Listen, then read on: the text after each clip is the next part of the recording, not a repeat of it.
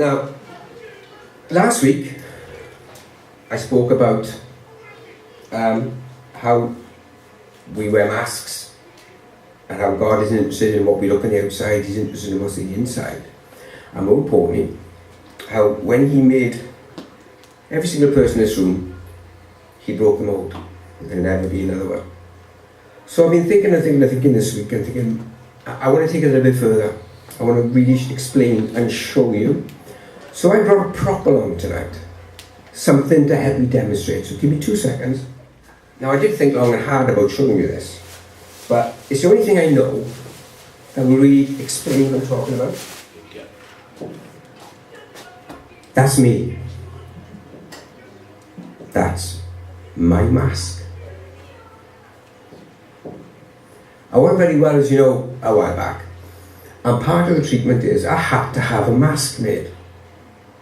Now, the way they do it is they get a great big sheet of plastic and they put it in this, for want of a better word, a warm bath, and they warm it up. And they put you on a special table full of laser beams and they put you left, right and centre, and then they put this great big sheet of plastic over you and they start pushing it into your body to mould it to shape. And it takes about 20 minutes. So if you're frightened of spaces, it can be quite... I didn't care. I fell asleep. And it is me. It fits me perfectly. Now, the reason I had that mask made is because I wasn't very well and I had to do something to make me better. But they took an awful lot of time to make this mask. And it's mine. So, when I was in hospital being looked after, part of the thing that had to happen to me was every day, Monday to Friday, for 5 weeks, I had to go to this special room, take my top clothes off, and lay on a table. Now, I don't know if you can see, but there's studs at the bottom of this. And they used to lay me on the table, and they used to bolt me in. I couldn't move. And then what they do, they get this great big machine and they would fire laser beams all over me and they would have to move the table millimetre by millimetre up and down until it was exactly right by computer, because every single day I had to be in the same position for this machine to work correctly. If I wasn't, instead of helping me, it would hurt me. So every day, Monday to Friday, I turned up in this room and they kept asking me the same question and it drove me nuts. What's your name? What's your date of birth? And where do you live? So I'd answer all the questions and then they'd bring out my mask. And the end I said, look, I'm not being funny, but you see me every day. Why do you have to have the same thing? You know it's me. And they said, well, yeah, we do know it's you, Rob, but there's an awful lot of these hanging out the back. And some of them look really close to you. And it's possible that it might just fit you. The problem being, if we put the wrong mask in you, we could do a lot of damage, because I don't know if you can see, but there's little marks on this. And that's where the machine was looking at. So I said, okay. So every day I'd be laying down, poked it in, and this machine would hover over me and would fire radiation beams into me, targeting the areas where the damage was. Here's the interesting thing. That machine, which was over me, so there I am, like that. That machine couldn't see this, wasn't interested in that. That was just there to keep me safe. It wasn't interested in my skin. No. That machine was focused a couple of millimetres or centimetres inside my body at some cells that shouldn't be there, to get rid of them. So, Monday to Friday, for 5 weeks, I got bolted in, laid down, and it could take up to 20 minutes. And at the same time, I had some other stuff done to me that made me really ill. And I lost a lot of weight. And I kept feeling sick, which, if you can imagine laying down with this and not being able to be sick, wasn't very pleasant. But I kept thinking, okay, 5 weeks, job done. So you'd think, after 5 weeks of wearing that and having treatment, that I would instantly get better. Actually, it got a little bit worse for a while. Because to make me better, they had to destroy a lot of tissue. So it actually made me a little bit ill for a while, but eventually it got better.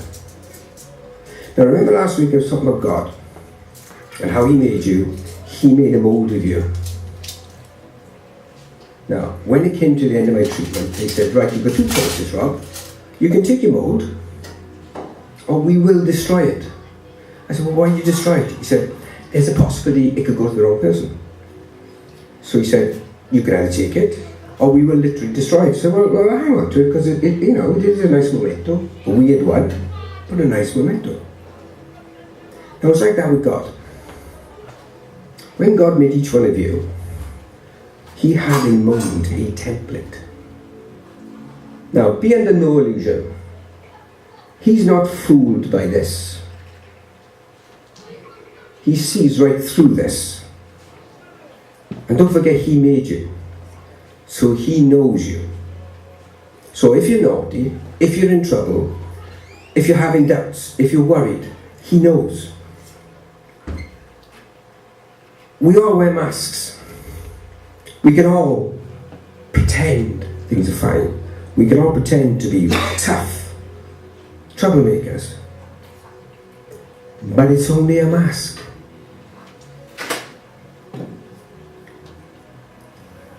The skin, God's not interested. He's not interested in your best Sunday clothes. He's not interested in how you talk, or where you live, or how much money you got. Not interested. He's interested in what's inside. So, just like those people took an awful lot of time to make that perfect mask, because if they got it wrong, I would be hurt. God made you, and He made you to be perfect. And the Bible says, when He made you, He said, job done. Then He broke the mold. You're not going to use that mold on anybody else. It's yours. So you are you. He knows what's going on in your heart, in your mind, in your life, in your relationships. So why do we pretend otherwise?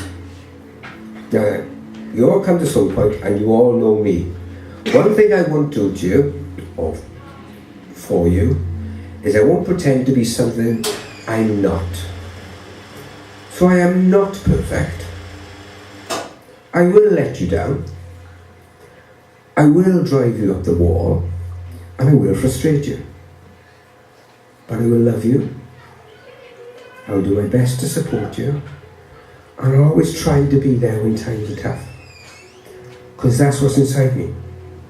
Now, if God is speaking to you over a period of weeks, just like when I finished treatment, I thought, job done. These medical team are incredible. They actually said, and they were smack on, they said in 6 days' time, look out, you're going to be really ill. I thought, really? Can't get more ill than this. 6 days later, blimey, it was awful. They knew that the build-up of all this stuff would make me really ill. When God is looking at you and saying, for example, you've got to turn your life around, young man. You're in trouble. Or, listen, missus, I know how scared you are. Or, listen, grown up, stop pretending. We fight back. We don't like to be told we're wrong, we're not in charge, and it hurts. But eventually, it does us good. So, challenge for the week ahead. You can either keep coming here and wearing your mask and being whatever, makes no difference to me at all. Or you can take your mask off, listen to the songs, listen to what we say, enjoy each other's company, and hopefully over time you'll change. Does any of this make sense? Yeah. Yeah. I don't preach. I'm not here to make you a Christian. I'm not here to say this is what I believe, so you must believe the same. It doesn't work like that, you know. I'm not religious. Nigel is not religious. You know, we believe there's a God, and he's become a friend, and he helps us through all sorts of shenanigans. So that's it. That's the end of my talk. I've talked long enough. So what do you take away from this? You take away whatever you want to, is the short answer. But I do hope one thing. Keep coming. And I hope one day all of this will fall into place. And you will become a better person. And more importantly, you will become in a relationship with God. That's it, finished.